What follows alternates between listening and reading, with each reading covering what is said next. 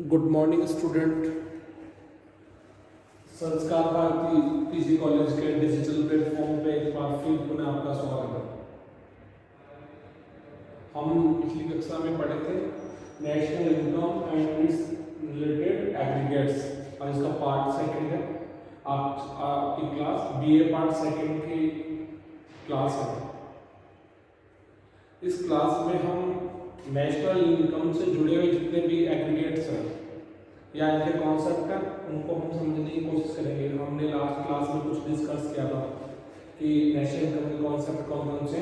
आज उनका mathematically analysis करेंगे और उनको समझने का प्रयास करेंगे कि ये किस प्रकार से हमारे दैनिक जीवन में यूजफुल है और इनको हम किस प्रकार से समझ सकते हैं।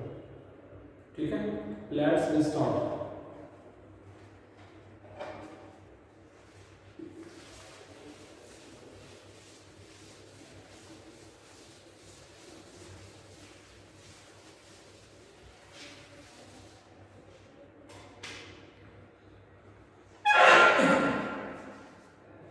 देखो, कल हमने लास्ट क्लास में नेशनल इनकम के बारे में पढ़ा था। ये पढ़ा था हमने जीडीपी एट मार्केट प्राइस। ये पढ़ा था हम लास्ट क्लास में कि जीडीपी एट मार्केट प्राइस। तो जीडीपी एट मार्केट प्राइस क्या है? जीडीपी एट मार्केट प्राइस,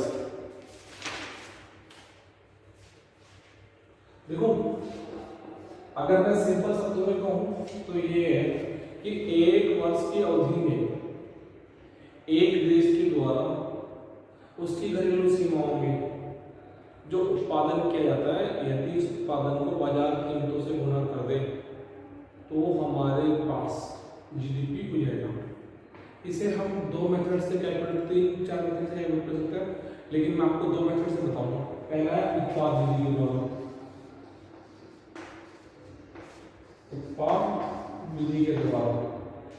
उत्पाद विधि के द्वारा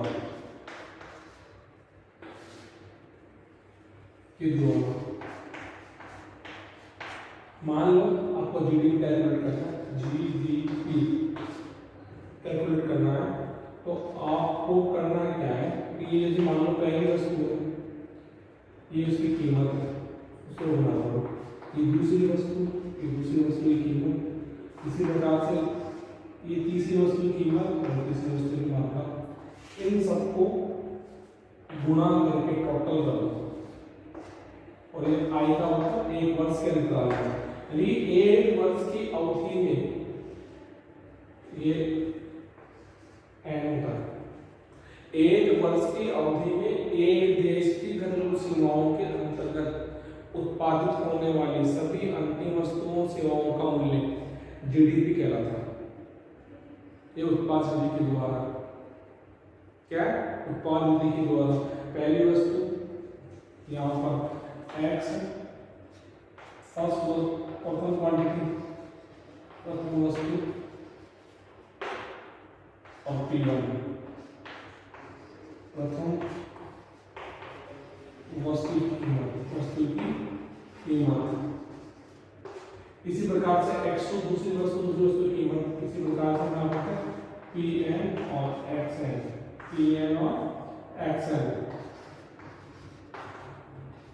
n वस्तु की कीमत,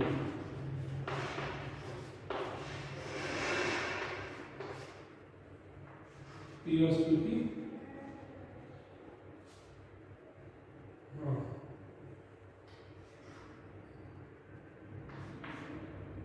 Xn x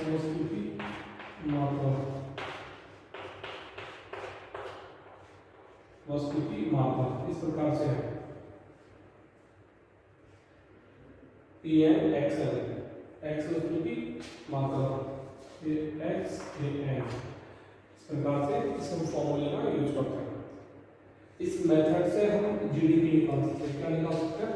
GDP at market price. याद रखना, जीडीपी याद रखने के लिए हम वैसे तो आय विधि, व्यय विधि, उत्पादन विधि, मूल्यवर्धन विधि किसी का उपयोग कर सकते हैं, लेकिन मैं आपको थोड़ा इजी में बता रहा हूँ कि हम सिर्फ दो मेथड का यूज करेंगे, एक तो उत्पादन विधि, दूसरा व्यय विधि। उत्पादन विधि के द्वारा इस प्रकार से हम कैलकुलेट करेंगे, इस प्रकार से हम कैलकुलेट करेंगे। ये है, इस विधि से हम इस प्रकार से कैलकुलेट कर सकते हैं। दूसरा व्यय विधि, एक्सपेंडिचर मेथड। इसको समझने के लिए आगे चलते हैं। देखो, आगे बढ़ने से पहले छोटा सा रिकैप करना चाहता हूं। एक वर्ष की अवधि में एक देश की घरेलू सीमाओं के अंतर्गत उत्पादित होने वाली सभी वस्तुओं सेवाओं के मूल्य को अगर बाजार कीमत से गुणा कर देते हैं तो जीडीपी उत्पादन मूल्य में प्राप्त हो जाती है। जीडीपी उत्पादन मूल्य में प्राप्त हो जाती है। अब इस व्यय विधि के माध्यम से हम व्यय विधि का यूज कर रहे हैं। किस विधि का यूज कर रहे हैं? व्यय विधि का यूज कर रहे हैं। इस विधि के माध्यम से जीडीपी कैलकुलेट करने के लिए हम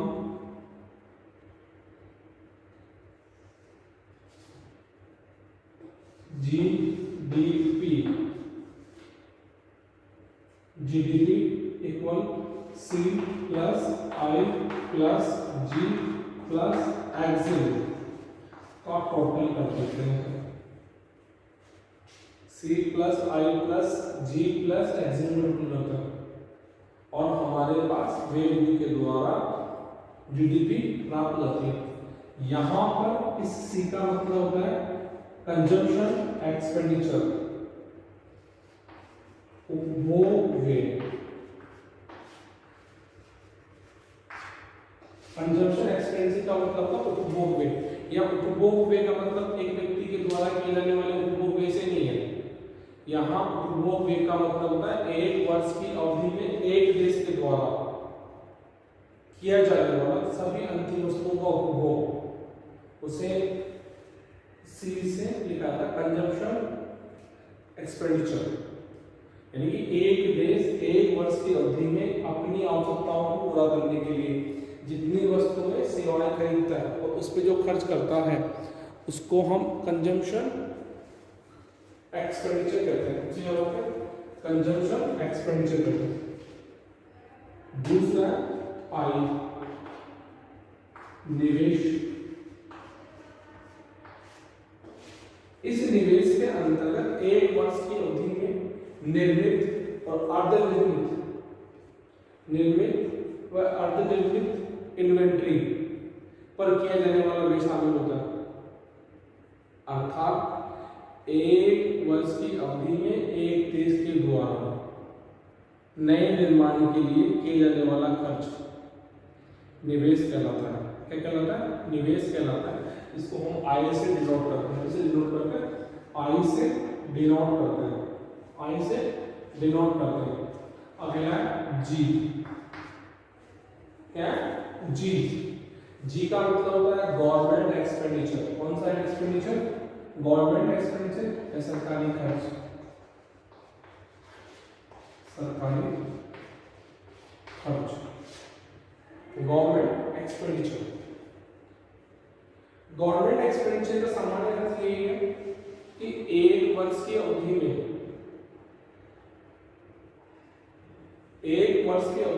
एक देश के द्वारा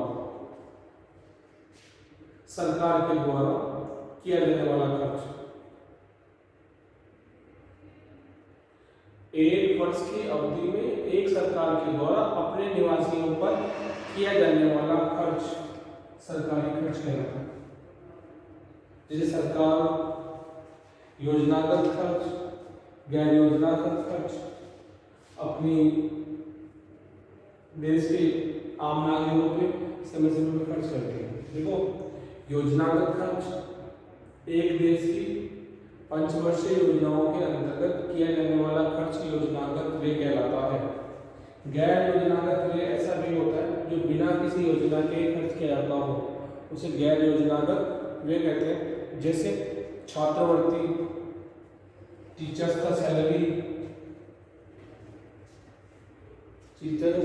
आपातकालीन सेवाओं पर किया जाने वाला खर्च, युद्ध के समय पर किया जाने वाला खर्च, गैर योजनागत खर्चा, जैसे भारत चीन के युद्ध की आहट हुई और भारत सरकार ने एक बहुत बड़ा पैकेज हथियारों में खरीद के लिए जारी किया, तो ये गैर योजनागत खर्चे हैं। इन सब का टोटल हमारे पास जीडीपी मिल जाता है। अगर हम एक वर्ष की अवधि में total consumption plus total investment, total government tax और एक्स माइनस एन को जोड़ दें तो हमारे पास जीडीपी मेथड से एक्स फंड से मेथड से जीडीपी मिल जाएगा। आगे से अगर हम कहें एक्स माइनस एन, एक्स का मतलब होता है एक्सपोर्ट और इम्पोर्ट, है ना, एक्सपोर्ट और इंपोर्ट, ठीक है, एक्सपोर्ट और इंपोर्ट। अगर एक्सपोर्ट में से इंपोर्ट लेस करें, अगर मैं सिंपल शब्दों में कहूं तो निर्यातों में से निर्यात माइनस आयात करें तो हमारे पास नेट एक्सपोर्ट आ जाता है। क्या जाता है? Net export. नेट एक्सपोर्ट आपको मिल जाता है एक्स माइनस एन।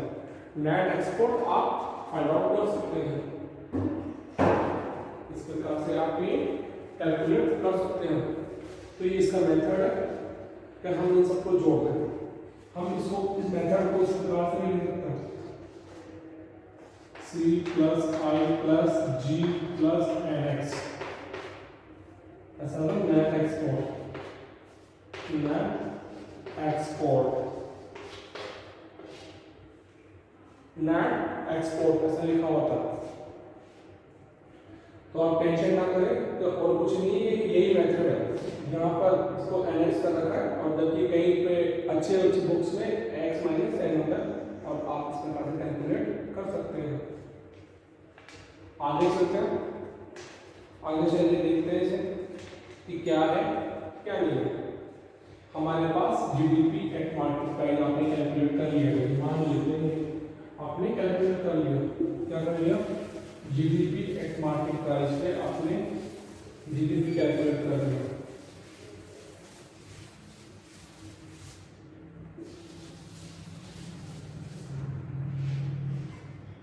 ठीक है, इस जीडीपी एट मार्केट प्राइस में से आप मूल्यह्रास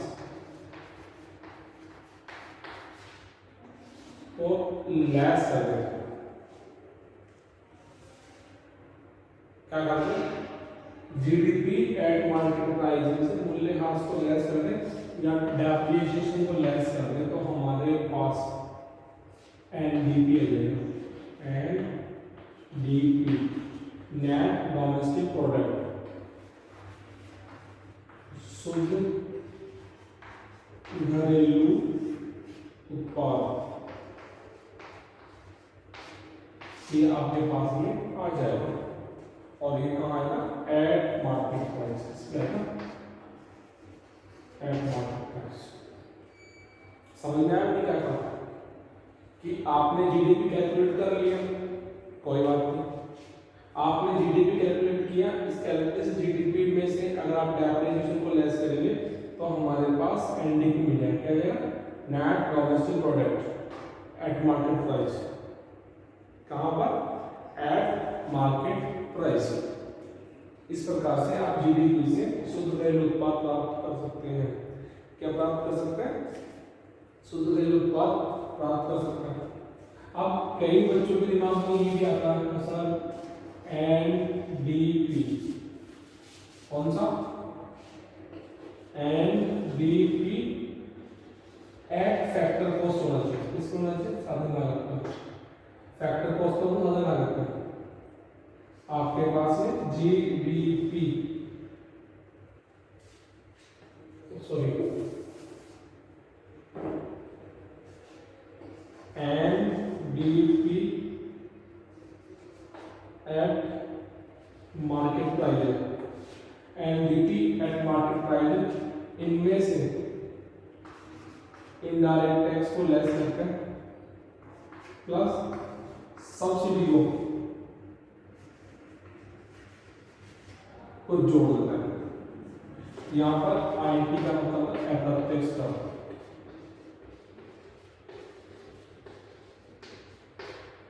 अप्रत्यक्ष को कम करते हैं और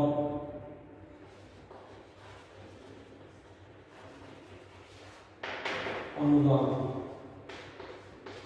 को जोड़ देते हैं। इनडायरेक्ट टैक्स को लेस करके सब्सिडी को जोड़ दें तो हमारे पास एनडीपी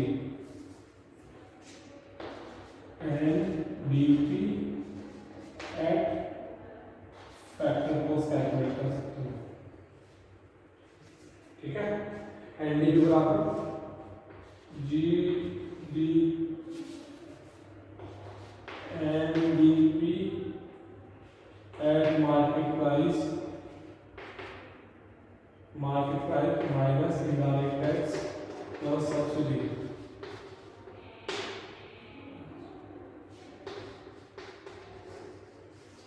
इस प्रकार से हम कैलकुलेट कर सकते हैं। ठीक है, तो आप ऐसा कर सकते हैं, कैलकुलेट कर सकते हैं इसके माध्यम से और आप इसे आगे जा सकते हैं। मुझे उम्मीद भी है। आगे बढ़ने से पहले मैं एक बार छोटी सी बात कहना चाहूँगा कि इस प्रकार से हम जीडीपी कैलकुलेट कर सकते हैं और आप याद रखना ये सारे फॉर्मूले आपके एग्जाम में काम किए हैं और यहाँ से बहुत बार सवाल पूछे जाते हैं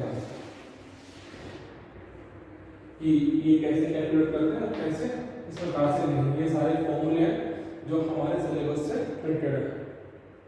आगे चलते हैं।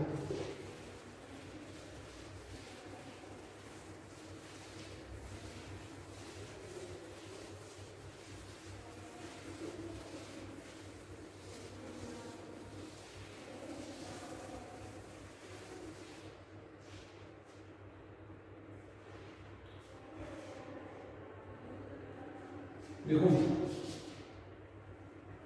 अब आपसे पूछ सकते हैं GNP at market price.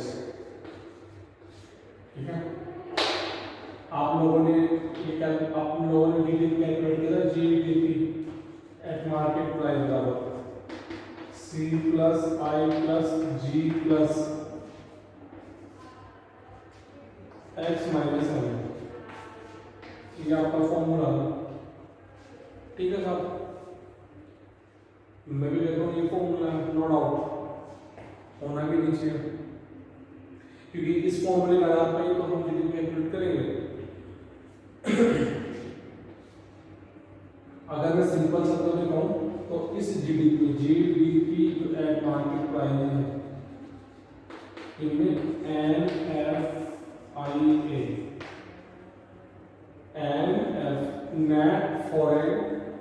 net factor income from abroad,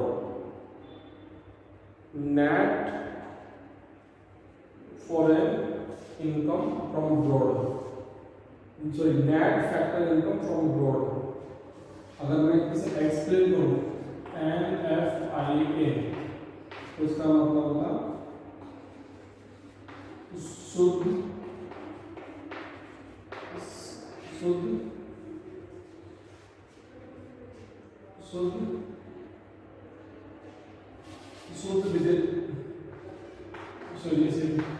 विदेशी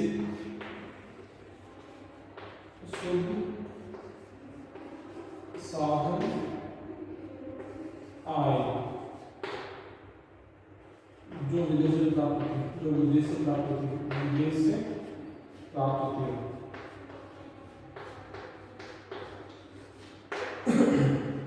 हाँ जी, अगर जीडीपी में से एनआईएफ जोड़ दें तो हमारे पास जीएनपी मिल जाता है।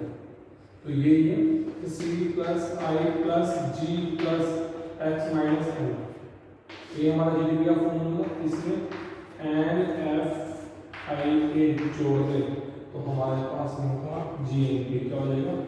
GNP at market price. याद रखना क्या हो जाएगा? GNP market price. कैसे? C plus I plus G X minus M plus N F I A. अगर हम टोटल कर दें तो हमारे पास नेशनल इनकम कैलकुलेट हो जाएगी। क्या हो जाएगी? नेशनल इनकम कैलकुलेट कर सकते हैं। इस प्रकार से हम इसको हम आगे बढ़ा सकते हैं और नेशनल इनकम कैलकुलेट कर सकते हैं।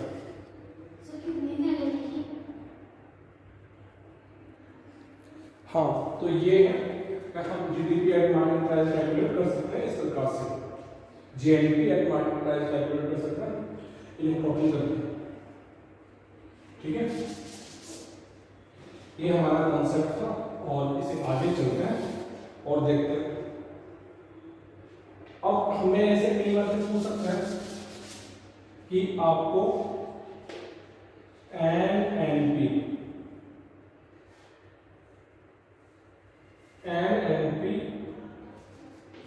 एट मार्केट प्राइस कैलकुलेट करो।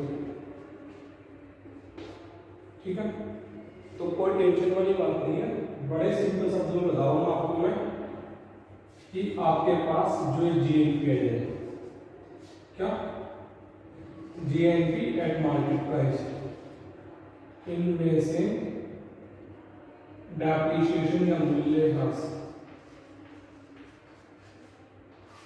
को लेस कर दें तो हमारे पास एनएनपी है। क्या रहेगा? एनएनपी। अब एनएनपी क्या है? एनएनपी नेट नेशनल प्रोडक्ट, शुद्ध राष्ट्रीय उत्पाद। जीएनपी सकल राष्ट्रीय उत्पाद, ये इनका नाम है पूरा। ठीक है, मार्केट कीमत पे मार्केट प्राइस पे होगी, फैक्टर कॉस्ट पे होगी तो फैक्टर कॉस्ट होगी। इस प्रकार से हम कैलकुलेट कर सकते हैं। आगे बढ़ने से पहले छोटा सा recap. GDP at market price calculate करनी हो, sorry GNP at market price calculate करनी हो तो जो जीडीपी एट मार्केट प्राइस है उसमें एनआईएफए जोड़ दें। इसका मतलब होता है net factor income from abroad. Net factor income from abroad को अगर जोड़ दिया जाए तो हमारे पास जीएनपी एट मार्केट प्राइस मिल जाएगा। क्या मिल जाएगा? जीएनपी एट मार्केट प्राइस मिल जाएगा। ठीक है, यहाँ पर एनआईएफए का मतलब है net for factor income from abroad, विदेशों से शुद्ध साधन आय, जो विदेशी शुद्ध साधन आय जो विदेशों से प्राप्त होती है। इसको इसी तरह से कर सकते हैं क्योंकि जीडीपी को हम ये लिखते हैं, जीडीपी का मतलब ये लिखते हैं, तो जीडीपी का मतलब पूरे का मतलब ये है तो इसमें से एनआईएफए जोड़ दे तो हमारे पास GNP market GNP market price में से अगर मूल्यह्रास को लेस करते हैं तो हमारे पास एनएनपी क्या जाएगा? एनएनपी एट मार्केट प्राइस जाएगा। एनएनपी का मतलब शुद्ध राष्ट्रीय उत्पादन, जीएनपी का मतलब सकल राष्ट्रीय उत्पादन, सकल राष्ट्रीय उत्पादन। चलो आगे चलते हैं और कुछ नया देखते हैं।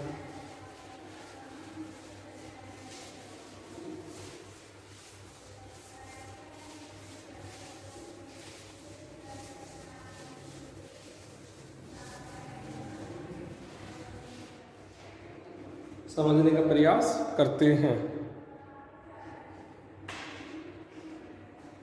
हाँ जी, एनएनपी एट फैक्टर कॉस्ट अगर ये कैलकुलेट करनी हो तो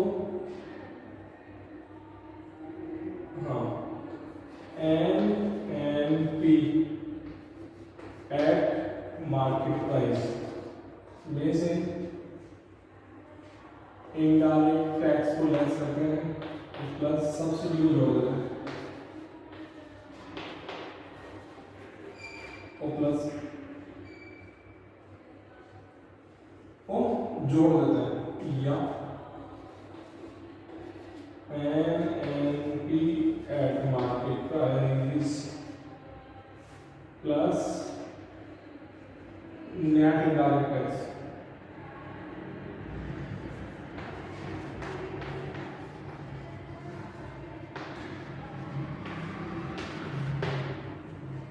इनडायरेक्ट टैक्स, क्या इनडायरेक्ट टैक्स।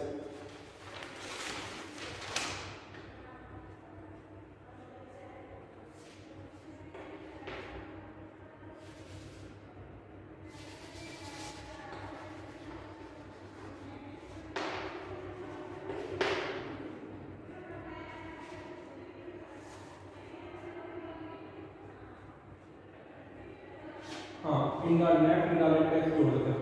क्यों? क्योंकि मैंने आपको पहले ही बताया कि नेट इनडायरेक्ट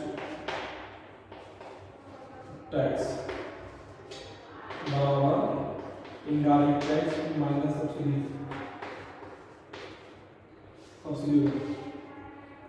इसका मतलब ये होगा कि इनडायरेक्ट टैक्स में सब्सिडी माइनस करते तो नेट इनडायरेक्ट टैक्स मिलता है। दोनों फॉर्मूले एक ही है। अब चौक मत जाना, चौक मत होना, चौक मत होना, यानी कि आपका शुद्ध राष्ट्रीय उत्पादन है जो बाजार कीमत पर है, उसमें से अप्रत्यक्ष कर को घटाएं और सब्सिडी को जोड़ दें। या तो आप ऐसा कर सकते हैं या फिर कहीं जगह आपको सीधा सीधा लिखा हुआ है नेट इनडायरेक्ट टैक्स लिखा हुआ है, बिल्कुल स्पष्ट तौर पे लिखा है।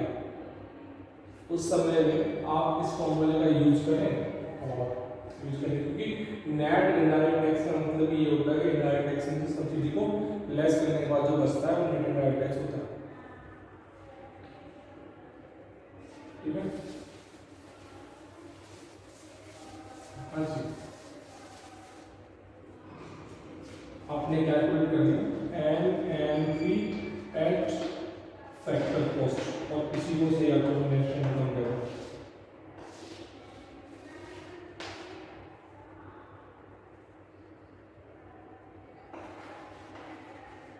ये इंपॉर्टेंट है।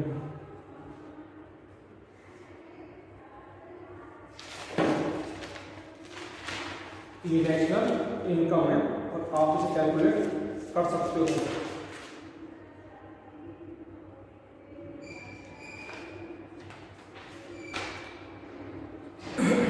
ठीक है, इस प्रकार से आप इसे कैलकुलेट कर सकते हो।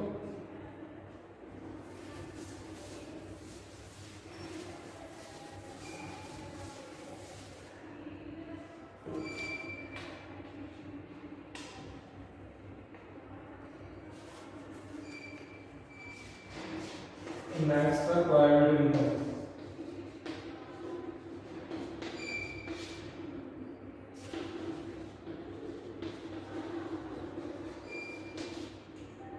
जिसे आप निजी आय के नाम से जानते हैं।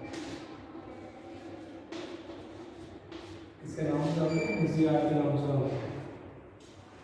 सामान्य अर्थों में कहूँ तो एक वर्ष की अवधि में एक देश की सरकार के द्वारा जो उत्पादन सामान्य अवधि में एक वर्ष की अवधि में एक देश के द्वारा जो उत्पादन किया जाता है उनमें से सरकारी हिस्से को उठा के हम ये प्राप्त कर सकते हैं, या हम ये कह सकते हैं कि सरकार को छोड़कर बाकी सबके द्वारा एक वर्ष की अवधि में जो उत्पादन किया जाता है उसे निजी आय बोलते हैं। उसे क्या बोलते हैं? निजी आय। क्या कहा मैंने? एक वर्ष की अवधि में सरकार को छोड़कर सभी लोगों के द्वारा जो उत्पादन किया जाता है उसके मूल्य को जोड़ दें तो निजी आय प्राप्त हो जाएगी। ये कैसे प्राप्त होगी? आपने मैंने पहले कहा एनएनपी एट फैक्टर कॉस्ट, इसमें से हम टीपी जोड़ते हैं, एक बार आप नाम लिखते जाओ, और आईपी माइनस CSS और PPU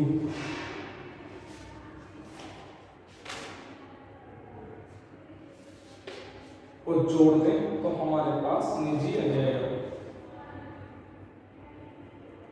देखो एनएनपी का मतलब आपको पता ही होगा, साधन लागत को शुद्ध राष्ट्रीय उत्पादन। टी का मतलब अंतरण, टी का मतलब ट्रांसफर पेमेंट, अंतरण भुगतान। कौन सा भुगतान? अंतरण भुगतान। यानी कि ऐसा भुगतान जो बिना किसी मेहनत को किसी को चुकाया जाता हो उसे अंतरण भुगतान बोलते हैं। जैसे छात्रवृत्ति, विधवा पेंशन, बेरोजगारी भत्ता, ये इसके उदाहरण हैं। यानी कि ऐसा भुगतान जो बिना किसी कार्य के चुकाया जाता है उसे ट्रांसफर पेमेंट बोलते हैं। क्या बोलते हैं? ट्रांसफर पेमेंट या अंतरण भुगतान बोलते हैं। IPD, interest on public deposit, public interest on public deposit, सार्वजनिक ऋणों पर ब्याज, इंटरेस्ट ऑन पब्लिक डिपॉजिट पर ब्याज, तो IPD बोलते हैं। CSS, contribution on social security, contribution on social security, यानी कि सामाजिक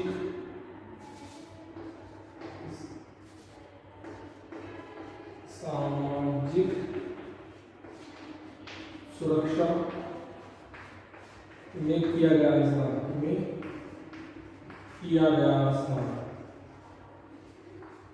अंशदान, लाइक GIC LIC का जो वैल्यू है वो PPU,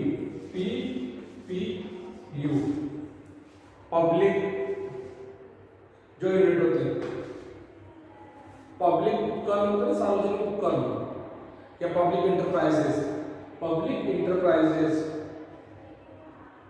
उनके द्वारा जो सरप्लस लाभ प्राप्त होता है उसको सार्वजनिक उपकरणों के अतिरिक्त लाभ, PPU, सार्वजनिक उपकरण के अतिरिक्त लाभ। हाँ जी, अगर इनको हम जोड़ दें, PPU का मतलब होता है सार्वजनिक उपकरण के अतिरिक्त लाभ, यानी कि जो NNP नेट फैक्टर कॉस्ट होती है उनमें से ट्रांसफर पेमेंट को जोड़ दें। क्या करते हैं? जोड़ दें, उसको प्लस कर दें। IPD, interest on public deposit को जोड़ दें और इसमें लेस कर दें, इसको क्या करते हैं? लेस तो हमारे पास प्राइवेट इनकम हो जाएगी। क्या जाएगी? प्राइवेट इनकम हो जाएगी। फिर क्या होगा कि GNP में से जो NNP फैक्टर कॉस्ट में से ट्रांसफर पेमेंट और IPD, interest on public deposit को हम ऐड कर दें और CSS और PPU को लेस कर दें, तो हमारे पास निजी इनकम आएगी, प्राइवेट इनकम हो जाएगी। PPU का मतलब होता है सार्वजनिक उपकरणों के अतिरिक्त का लाभ को लेस कर दे तो हमारे पास क्या जाएगी? निजी इनकम हो जाएगी। ये हमारा अगला कॉन्सेप्ट था।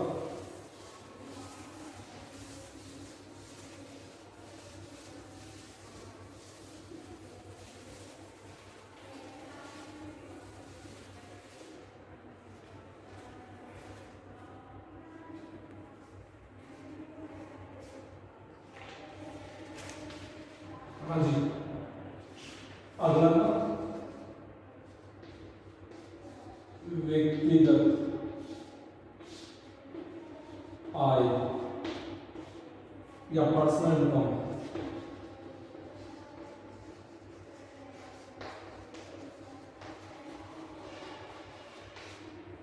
पर्सनल इनकम कहती है कि आप अगर ये कैलकुलेट करना है NNP एट फैक्टर कॉस्ट में से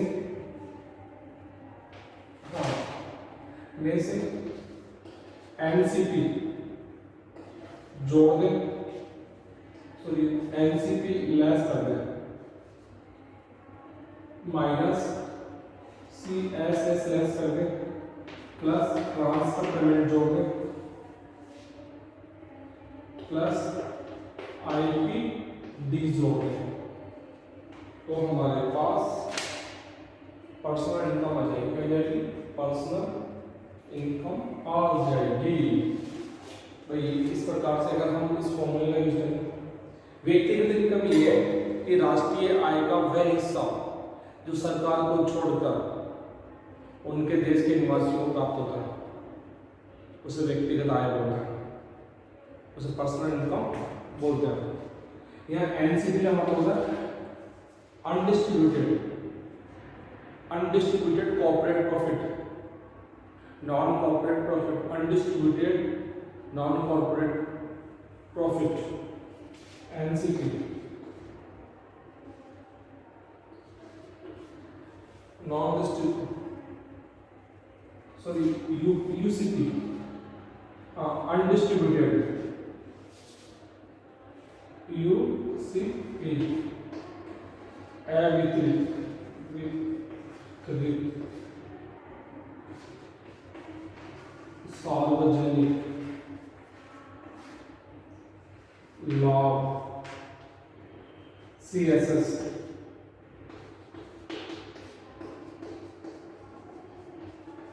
सामाजिक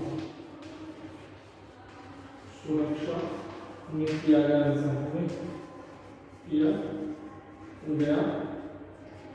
अंशदान टीपी ट्रांसफर पेमेंट अंतरण भुगतान,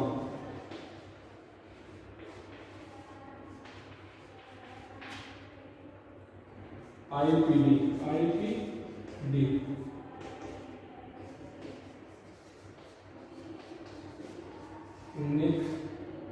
सार्वजनिक ऋणों पर भुगतान पर ब्याज। ये इनका मतलब आईपीडी का। अगर हम ऐसा करते हैं तो हम इस प्रकार से पर्सनल इनकम कैलकुलेट कर सकते हैं। क्या कैलकुलेट कर सकते हैं? पर्सनल इनकम कैलकुलेट कर सकते हैं। पर्सनल इनकम कैलकुलेट कर सकते हैं। लास्ट है पर्सनल डिस्पोजल इनकम, पीडीआई।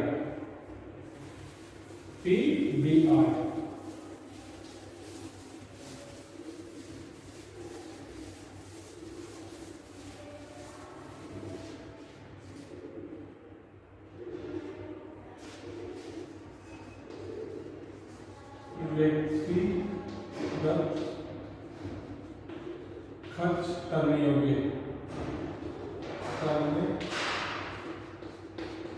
योग्य आय। ये क्या है? ये कहना चाह रहा है कि जो पर्सनल इनकम है, पीडीआई पर्सनल डिस्पोजल इनकम, व्यक्तिगत आय में से आयकर कर प्लस जुर्माना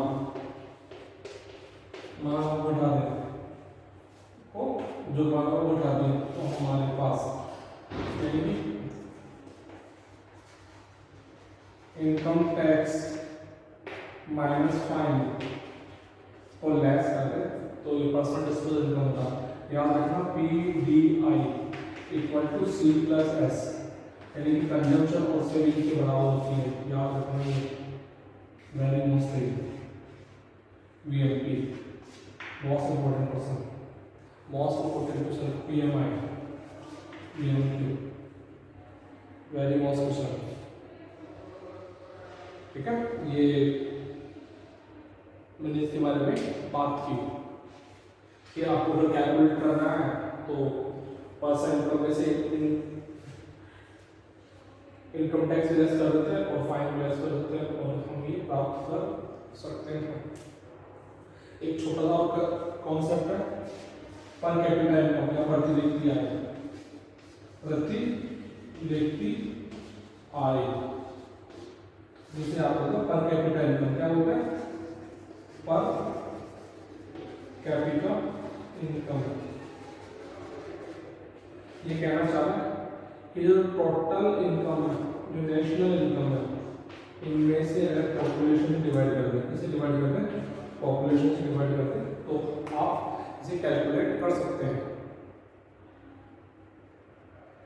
कैलकुलेट कर सकते हैं। इस प्रकार से नेशनल इनकम से जुड़े हुए जितने भी एग्रीगेट्स हैं आज ही हमारे कंप्लीट होते हैं। कल के लेक्चर में, आने वाले लेक्चर में हम इसे मैथमेटिकली तरीके से देखते हैं, सॉल्यूशन करके देखते हैं। कल सवाल सॉल्व करते हैं और फिर देखते हैं कि हम राष्ट्रीय आय की कैलकुलेशन कर सकते हैं या नहीं। आशा और उम्मीद है कि आपको ये वीडियो लेक्चर पसंद आया होगा। घर रहें, सुरक्षित रहें। Stay home and safe. Thank you, धन्यवाद।